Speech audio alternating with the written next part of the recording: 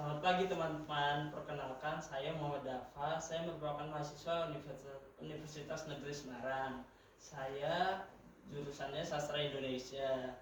Saya membuat sinara untuk memperkenalkan Duta Bahasa Provinsi Jawa Tengah. Sambutan narasumber saya, Gemilang Danu Saputra.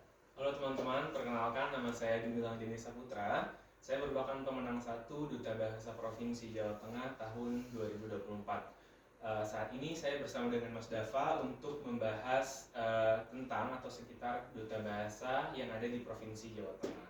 Nah, untuk itu teman-teman penasaran kan dengan bagaimana profil tamu saya. Kita akan menanyakan seputar tentang Duta Bahasa Provinsi Jawa Tengah. Kira-kira Mas itu bisa masuk ke Duta Bahasa Provinsi Jawa Tengah itu melalui gimana sih Mas caranya Mas? Oke, jadi sebelum saya menjadi pemenang 1 Duta Bahasa Provinsi Jawa Tengah, tentunya saya sudah melewati beberapa proses seleksi, Mas Dava. Yang pertama adalah seleksi administrasi. Seleksi administrasi itu kita harus menyerahkan berbagai dokumen ke panitia seperti foto, kemudian proposal krida dan lain sebagainya. Kemudian setelah lolos di tahap administrasi, tahap yang kedua yang harus dilewati adalah tahap wawancara. Tahap wawancara itu kita ditanya seputar diri kita sendiri dengan 3 bahasa, yaitu bahasa Indonesia, bahasa Inggris, dan bahasa daerah atau bahasa Jawa. Nah, kemudian setelah melewati proses wawancara, baru kita masuk ke dalam finalis atau 10 besar finalis, 10 putra dan 10 putri. Nah, kemudian di 10 besar finalis tersebut kita diuji dengan berbagai ujian atau kompetensi yang harus kita lewati, seperti keterampilan bicara publik, kemudian ada menulis esai, berbahasa asing, bahasa daerah, kemudian ada minat bakat dan lain sebagainya, kayak gitu Mas Dava. Itu pesertanya itu berarti berapa peserta Mas? Dari awal seleksi sampai hingga akhirnya lolos dan Mas memenangkan juara 1 sebagai Duta Bahasa Provinsi Jawa Tengah ini. Ya, kalau misal jumlah pendaftarnya jujur saya kurang tahu, cuman kalau yang lolos ke tahap administrasi atau lolos ke tahap administrasi itu ada sekitar 90 sampai 100 orang. Kemudian masuk ke dalam tahap wawancara, itu yang lolos hanya 10 orang, berarti 10 putra dan 10 putri. Kemudian nanti dipilih menjadi 5 besar dan kemudian muncullah juara 1 atau pemenang 1 di Duta Bahasa. Nah, ini kawan-kawan penasaran nggak kenapa itu bisa jadi juara 1? Tahap penilaiannya itu gimana sih Mas, proses-prosesnya Mas? Coba bisa diceritakan nggak? Oke, tahap penilaiannya itu seperti yang sudah saya bilang tadi, kita harus melewati beberapa proses atau tahap yang sudah disiapkan sama panitia. Yang pertama ada seleksi administrasi, wawancara, dan penilaian final raya.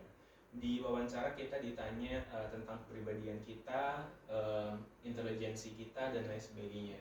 Kemudian di tahap final raya atau tahap penilaian utama di 10 besar tadi, kita diseleksi, kita diuji dengan kemampuan public speaking, debat, psikologi, minat bakat, bahasa asing, kemudian ada penilaian-penilaian lainnya yang mungkin teman-teman bisa cek di akun Instagram Duta Bahasa gitu. Nah, kemudian dari seleksi-seleksi itu atau dari tes-tes tersebut kemudian nilainya diakumulasi dan baru bisa ditentukan siapa yang berhak menjadi pemenang 1 Duta Bahasa di Jawa Tengah. Nah, mengenai nilai itu, saya kan sampai scroll di Instagram kan. Mas Dani ini mengutamakan program namanya Sastra Anak Tunanetra yang berkebutuhan khusus. Bagaimana concern Mas nih kepada tunanetra atau enggak berkebutuhan khusus ini? Kenapa bisa spesifik itu Mas mengambil program Duta Bahasa untuk mengambil program itu untuk program Duta Bahasanya atau bagaimana?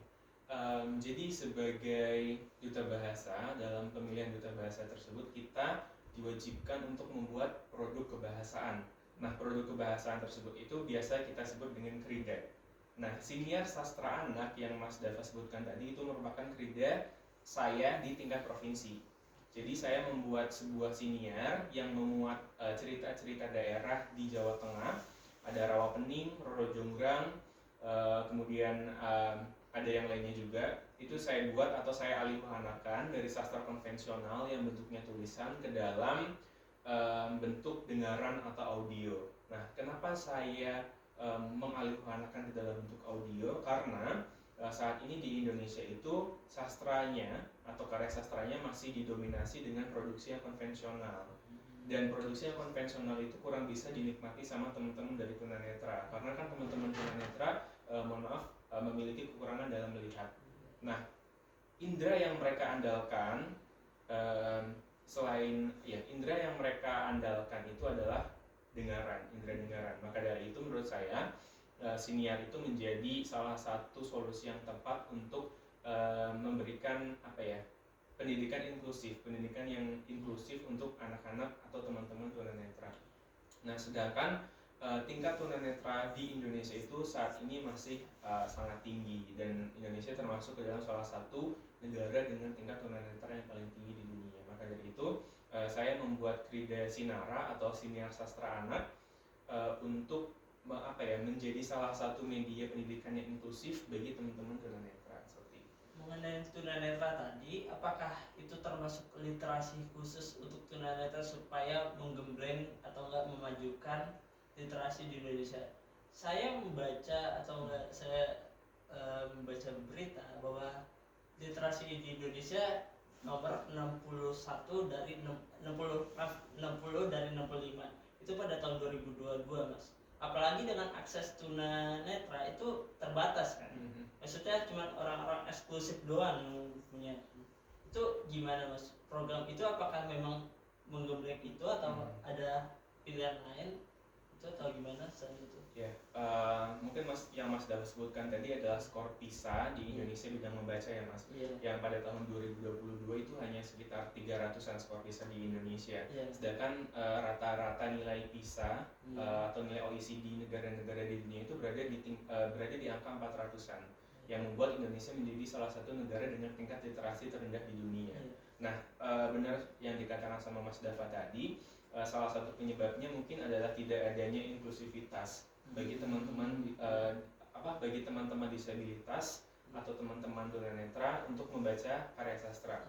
Mereka saat ini hanya mengandalkan media-media pembelajaran yang sangat terbatas gitu.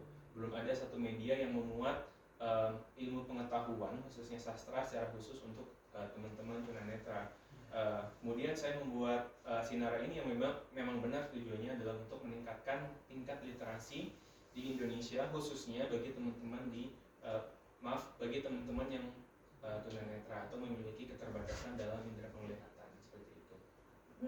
Berarti lebih larinya ke akses ya teman-teman. Berarti di sini aksesnya itu diwadahi berupa Sinara itu. Nah, sistemnya itu menceritakan tapi itu bukunya itu diberikan buku, maksudnya Mas pernah melihat gak buku-buku tunanetra itu untuk tunanetra sendiri untuk mempelajari sastra itu sendiri terbatas atau bagaimana? Saya jujur kurang mengetahui bahwa sejauh mana akses tunanetra itu diperoleh itu gimana, dan juga kita lihat kan akses tunanetra sekarang udah banyak, contohnya jalan kaki, olahraga, bahkan pekerjaan-pekerjaan tertentu sekarang, maaf ya di sini kayak supir ojol dan lain sebagainya itu tunanetra atau tuna yang tidak punya kaki atau tidak punya tangan itu bekerja di ruang publik kan, maksudnya seperti itu. Apakah akses yang seperti itu sekarang sudah tercukupi atau belum, Mas? Menurut Mas gimana? Saya sendiri kurang mengetahui, kan Mas sendiri yang terjun ke lapangan atau nggak bagaimana gitu. Ya, kalau misal untuk akses teman-teman disabilitas selain tunanetra, jujur saya kurang tahu karena memang fokus saya tidak mengarah ke situ, dan fokus saya hanya mengarah ke bidang literasi atau buku bacaan seperti itu, Mas. Tetapi yang sejauh saya lihat ketika saya berkunjung ke perpustakaan Braille yang ada di Bandung, Jawa Barat, itu memang sudah ada buku-buku Braille. Buku Braille adalah salah satu media pembelajaran yang bisa digunakan oleh teman-teman tunanetra. Jadi teman-teman tunanetra belajar tentang ilmu apapun melalui buku Braille. Tetapi ketika saya bertanya bagaimana proses produksi dari buku Braille ini membutuhkan waktu yang sangat panjang dan juga biaya yang lumayan besar. Nah, waktu yang panjang dan biaya yang sangat besar itu menjadi salah satu tantangan bagi kita atau mungkin bagi pemerintah untuk meningkatkan literasi di kalangan tunanetra. Nah, maka dari itu saya membuat Sinara karena proses produksinya dapat lebih singkat dan juga biaya produksinya tidak sebesar ketika kita memproduksi buku Braille. Buku Braille itu satu buku hanya bisa digunakan oleh satu anak tunanetra. Tapi ketika kita membuat Sinara, satu media itu bisa digunakan mungkin bisa puluhan bahkan ratusan teman-teman tunanetra bisa menikmati itu secara bersamaan dengan hanya satu kali proses produksi. Berarti tergantung faktor produksi juga ya. Berarti di sini juga Mas Dani faktor produksinya itu di apa saya mendengar atau enggak, tadi kita sempat ngobrol itu katanya itu prosesnya itu di kampus.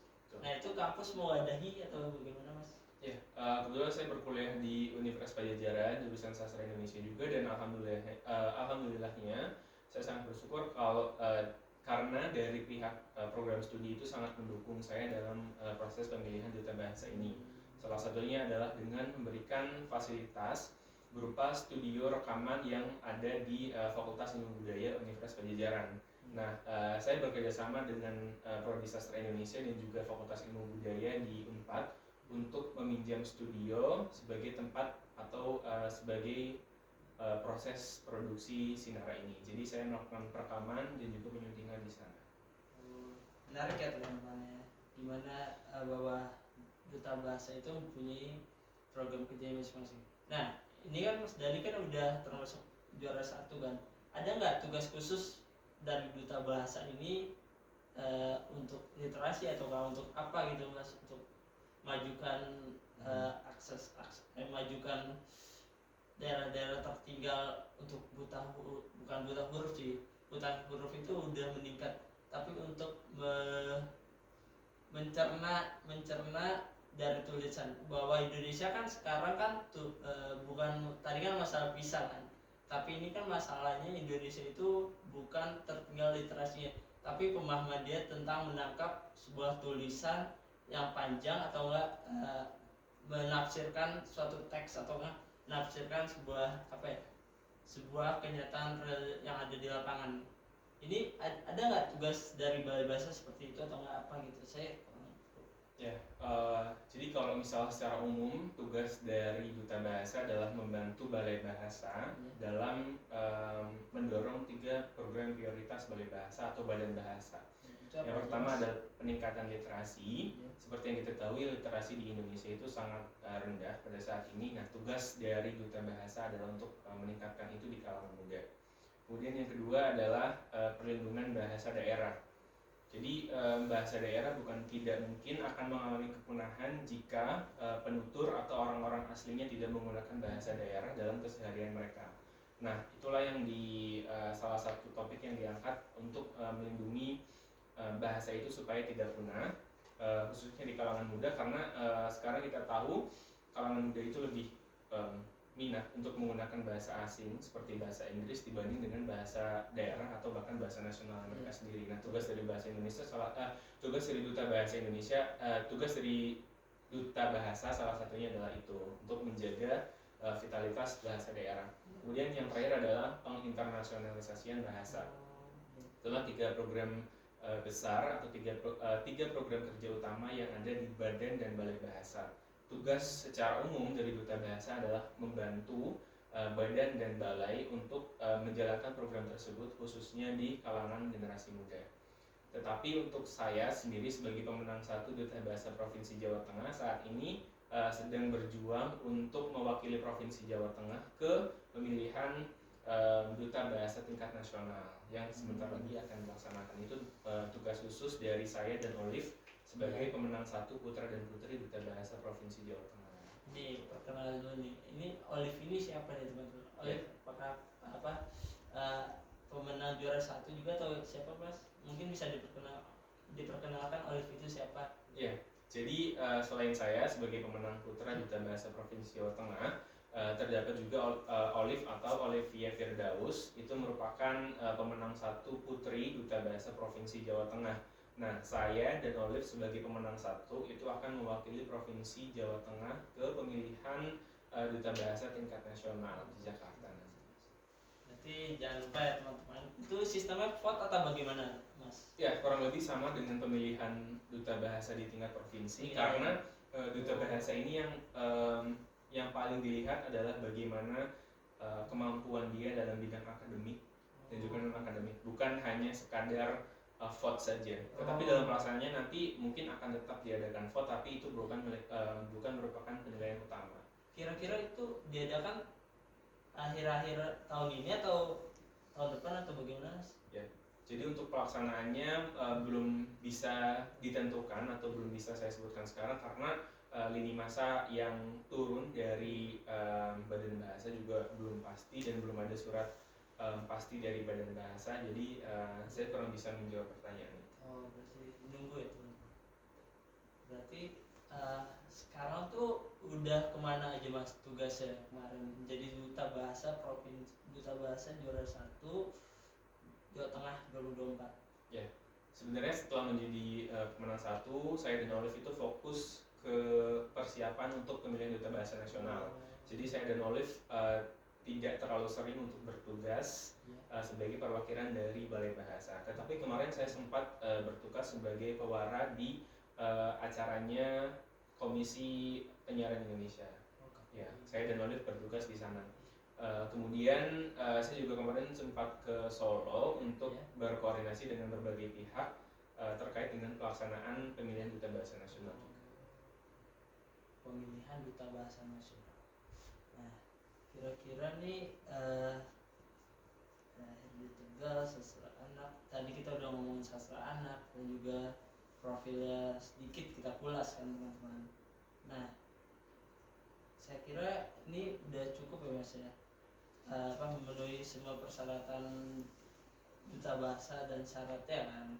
Maksudnya kita udah membicarakan langkah-langkahnya gimana sih dan juga menunya gimana. Mungkin Mas bisa ada kasih saran nggak untuk anak-anak muda menjadi melestarikan bahasa, terus melestarikan bahasa daerah, menguasai bahasa asing, dan juga menggunakan bahasa Indonesia yang baik dan benar. Soalnya di media sosial atau nggak di lini masa itu rata-rata rakyat Indonesia tidak bisa menggunakan bahasa Indonesia yang baik dan benar gitu Mas. Ada nggak tips-tips khusus dan lain sebagainya gitu Mas? Ya, sebagai generasi muda tentunya kita harus bangga jika bahasa kita itu, jika kita menggunakan bahasa Indonesia sebagai bahasa nasional, karena seperti yang kita tahu bahasa Indonesia sekarang itu sudah menjadi bahasa internasional di sidang umum UNESCO atau bahasa di sidang umum UNESCO. Itu merupakan satu kebanggaan bagi kita rakyat Indonesia, bahasanya digunakan oleh UNESCO di sidang umum. Nah, itu yang merupakan yang harus kita pertahankan sebagai generasi muda supaya bahasa Indonesia tetap menjadi identitas bangsa yang seutuhnya. Kemudian kita juga harus bisa menggunakan bahasa Indonesia yang baik dan benar. Kita harus bisa menggunakan bahasa Indonesia sesuai konteks dan juga keadaan kita gitu. Kemudian pengutamaan tersebut tidak membuat kita melupakan bahasa ibu atau bahasa daerah yang kita punya. Salah satunya mungkin saya sebagai Duta Bahasa Jawa Tengah adalah bahasa Jawa. Nah, kita juga harus bisa menggunakan bahasa Jawa. Mungkin ketika kita berkomunikasi dengan teman yang memiliki satu bahasa yang sama, mungkin di daerah, kita harus bisa menyesuaikan diri bahasa apa yang kita gunakan di kehidupan sehari-hari. Kemudian selain menguasai bahasa Indonesia dan melestarikan bahasa daerah, kita juga harus bisa menguasai bahasa asing, karena tidak bisa dipungkiri kita sebagai masyarakat global itu harus siap menerima globalisasi. Salah satu caranya adalah dengan kita harus bisa menguasai bahasa asing, baik itu bahasa Inggris atau bahasa asing lainnya. Nah, kemudian program itu biasa kita sebut dengan Trigatra Bangun Bahasa. Trigatra Bangun Bahasa, mengutamakan bahasa Indonesia, melestarikan bahasa daerah, dan menguasai bahasa asing. Itulah yang harus kita pelajari sebagai generasi muda supaya kita tidak salah menggunakan bahasa Indonesia, daerah ataupun asing di kehidupan kita sehari-hari. Karena ketiga bahasa itu memiliki kegunaannya masing-masing gitu. Kita menguasai bahasa Indonesia bukan berarti kita nggak boleh menguasai bahasa asing gitu. Kita menggunakan bahasa daerah bukan berarti kita tidak boleh menggunakan bahasa Indonesia. Jadi menurut saya sebagai generasi muda kita harus bisa menguasai itu, tetapi yang harus diperhatikan adalah penggunaannya dalam kehidupan sehari-hari harus sesuai dengan konteksnya. Saya pernah membaca sebuah artikel bahwa bahasa Kromo ya, bahasa Kromo kalau saya. Bahasa Kromo itu akan punah tahun 2025 atau 2026. Nah, memang harus tetap dijaga ya berarti ya, harus digunakan dalam konteks sehari-hari. Tapi kan sekarang ini udah susah mas, maksudnya kita ngomong bahasa Kromo aja, saya yang bukan orang Jawa, saya melihat orang Jawa tuh bahasa Kromo itu udah jarang digunakan. Yang menggunakan itu palingan bahasa campuran tuh bahasa Inggil atau bahasa apa? Kromo Inggil ya biasanya. Nah itu bisa digunakan itu. Dan saya pernah membaca studi artikel juga, itu ada studinya bahasa Melayu saja sudah punah mas di Malaysia sendiri. Itu apakah kita akan mengikuti bahasa Malaysia juga atau bahasa Melayu, atau emang terkikis saja gimana gitu? Jadi sepengetahuan saya bahasa Melayu itu bukan bahasa yang punah, karena bahasa Melayu kan juga ada di sekitar Sumatera daerahnya, dan itu mereka juga menggunakan bahasa Melayu, dan setahu saya mereka masih menggunakan bahasa itu. Tetapi di Malaysia itu bahasa Melayu tidak dijadikan sebagai bahasa utama di negaranya sendiri. Kebalik dengan Indonesia yang menjadikan bahasa Indonesia sebagai bahasa utama di negaranya sendiri. Itu juga merupakan salah satu alasan atau penyebab kenapa bahasa Indonesia bisa menjadi bahasa umum di sidang UNESCO. Bahasa di sidang umum UNESCO. Nah, kemudian apakah saya tidak tahu apakah kejadian seperti di negara Malaysia itu kemungkinan terjadi di Indonesia? Sangat bisa karena jika kita tidak menggunakan bahasa Indonesia yang baik dan benar seperti yang sudah saya bilang tadi, bahasa Indonesia kemungkinan juga akan tergeser dengan bahasa asing. Salah satu tandanya adalah dengan maraknya penggunaan campur kode di percakapan sehari-hari masyarakat di Indonesia. Kayak jaksel gitu ya? Iya, kayak micis gitu. Itu mencampur bahasa asing dan bahasa Indonesia dalam satu kalimat yang sama. Itu disebut dengan campur kode. Nah, kebiasaan-kebiasaan seperti ini menurut saya yang harus dikurangi. Kalau misal teman-teman mau menggunakan bahasa Indonesia, ya sebaiknya teman-teman menggunakan bahasa Indonesia yang utuh gitu, tanpa adanya campuran dari bahasa apapun. Sebaliknya, kalau misal teman-teman mau menggunakan bahasa Inggris, ya gunakanlah bahasa Inggris secara utuh gitu, tidak menggunakan campur kode itu dengan bahasa lainnya. Nah, pengutamaan bahasa Indonesia seperti yang sudah saya bilang itu sangat penting untuk menjaga vitalitas bahasa Indonesia sebagai identitas dan juga bahasa nasional. Kalau soal Jawa Kromo itu gimana mas? Maksudnya kan saya sekarang udah jarang mendengar kan anak muda itu menggunakan Jawa Kromo, rata-rata Kromo Inggil, bukan Jawa Kromo yang tahapannya lebih tinggi daripada Kromo Inggil itu. Itu gimana? Maksudnya memangkah udah udah luntur kah bahwa Jawa Kromo ini digunakan untuk sehari-hari? Ya kalau saya melihat ke desa-desa itu biasanya yang menggunakan itu mbah-mbah ya, ya kan, atau yang sesepuh lah biasanya.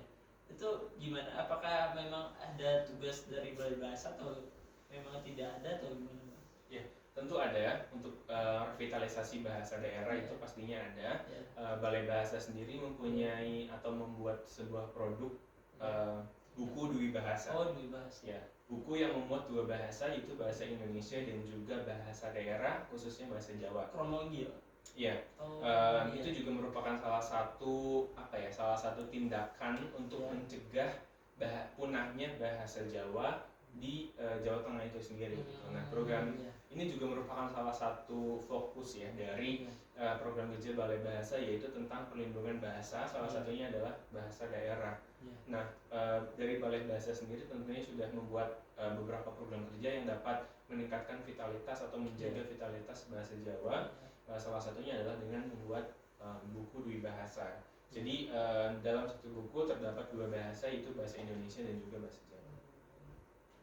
Berarti Balai Bahasa itu menyiapkan merevitalisasi dui bahasa itu ya, membuat buku dui bahasa. buku dui bahasa itu terkait kayak legenda-legenda yang ada di Jawa Tengah atau Jawa Barat itu, apakah jadi fokus balai bahasa juga Ya. untuk mempertahankan? Untuk isi bukunya tentunya tidak terlalu fokus ke cerita daerah, tetapi ya memang memang balai bahasa sudah beberapa kali sudah membuat buku tentang cerita daerah yang berkembang di seluruh daerah di Jawa Tengah gitu. Tetapi tidak menutup kemungkinan cerita-cerita tersebut juga datang dari berbagai penulis dengan berbagai tema gitu.